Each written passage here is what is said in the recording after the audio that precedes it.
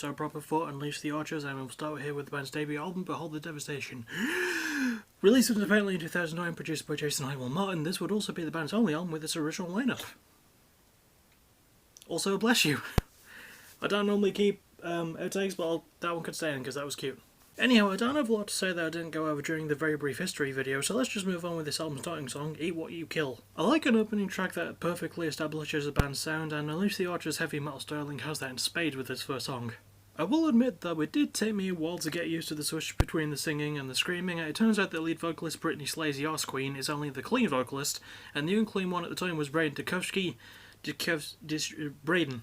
The reason that I broke the singing up is because, well, at points this album can seem a bit tonally inconsistent, switching a bit too quickly between Brittany's cleans and Braden's dirties. It isn't something that goes away, but you find yourself getting more used to it as it goes on for what is a meager 8 songs, and hey, the production itself is pretty good, and considering that it was a pre-2010s metal album, that's saying something. Jason Martin does a really good job in bringing that sound around, and even though the tone can clash at times, the album is at least mixed and engineered competently.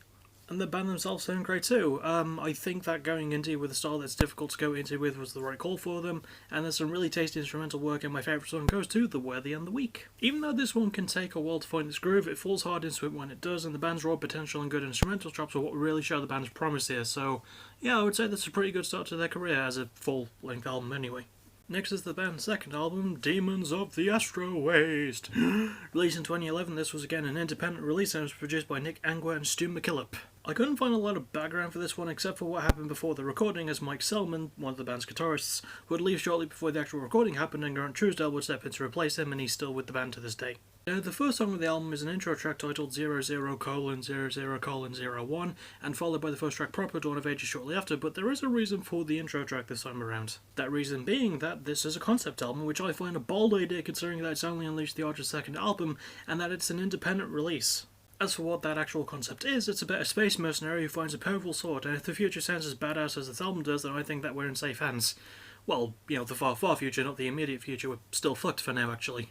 I like how Grant's unclean vocals sort of fit with the change in styles, as this has a more power metal lean to it, and I feel like this album is where the band as a whole found their footing after a few missteps with their debut. There is also a step up lyrically, mostly because there's actually something to talk about this time around. The band do a good job of portraying the main character as a cool mercenary dude who winds up going through some actual character development by the end of the album, going from a guy who finds an evil sword, to a guy who goes insane because of said evil sword, to a guy who decides he wants to be the only powerful being left in the universe, all because of the evil sword. The album steps things up instrumentally as well as lyrically, with more solos and not as many jarring shifts, instead with more space between songs, and with 12 songs this time around there's a lot more to chew on, mostly my favourite track in The Outlander.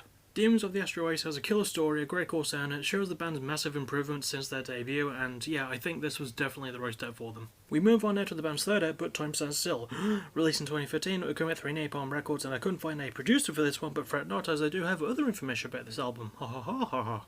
Braden, difficult to pronounce surname, would leave and be replaced by Andrew Kingsley on guitar, and it would be the band's only album with bassist Carl Shepard as well. Other than that, there was also the band's Defy the Skies EP in 2012, which was released via Spread the Metal Records, and an independent demo single titled Dream Crusher, which would be reworked as a song on this album. Speaking of this album, it starts with the song Frozen Steel, as preceding song Northern Passage is again an instrumental build-up track, much like the previous album did.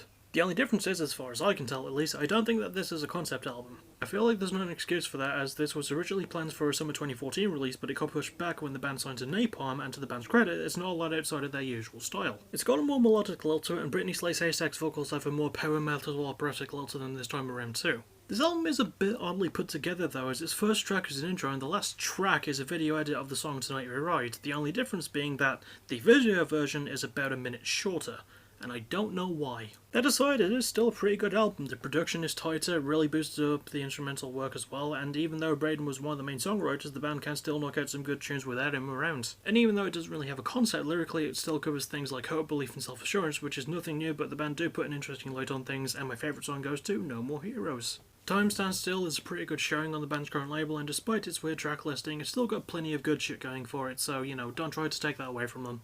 And finally is the band's fourth album, the somewhat fittingly titled Apex. Released in 2017, it would again come out through Napalm Records, be produced by Jacob Anderson and Jonas Hogginson, and it's also the band's only album with bassist Nico Whitworth. So after Time Stands Still was pretty successful, the band got to touring throughout 2016 to promote the album, most notably a tour in Europe in November of that horrid mess of a year, where they would start working on new material which would become this album. And said album begins with the song Awakening, which is an actual song and not just an intro track. Hooray! It's a 7-minute crusher of an opener, and it paves the way perfectly for the rest of the album, I feel. I know that's not uncommon for a band to just be that good at what they do when they hit the 10-year mark, but it honestly feels like Unleash the Archers were able to flesh out their sound more than ever on this album. They pack a lot into a 10-song album that does enough to justify its 1-hour running time, and the band honestly just sound really great here. The guitars gallop over beautiful backing vocal choruses, Brittany again kills it on the mic, and I feel like this might contain Scott Buchanan's best drumming to date? Maybe? Also, the production sounds so clean for this one. It's polished nicely, sure, but it's not overbearing, and it keeps the musical elements all balanced, which is very, very nice. And the lyrics are pretty good too, as it's another concept album by the band talking about a character who wants to break his curse of immortality and going on a journey of self-redemption, and it's a well-told story, and my favourite song goes to The Coward's Way. Apex is just a solid sounding, well put together and sleekly written album, and the band absolutely belt it at the park here, which is not surprising for them by this point. So that's it for this one. Did this band possess you like an evil sword and make you want to fight an alien army, or did it not help you reach your apex in the end, at the very least? Regardless of how it made you feel, next time for me is the mid-season finale and first 3-part episode, as I'm going to be covering New York's very own Blondie. As for like future things, I think the next thing you'll see me for most likely will be on Tuesday. Sorry, it got really dark outside. On Tuesday will most likely be the next PPW, and then on Friday will be the next pay-per-view Locked and Loaded 2. And it's going to take a while to write the 3-part review because Blondie have like 11 albums, so yeah, and there'll probably be Friday night reviews in the time between. And other shit too, I don't know. But what I do know is this, my cat is adorable. He didn't even move then, didn't even move. And as always, thank you for watching, you're awesome. Bye bye.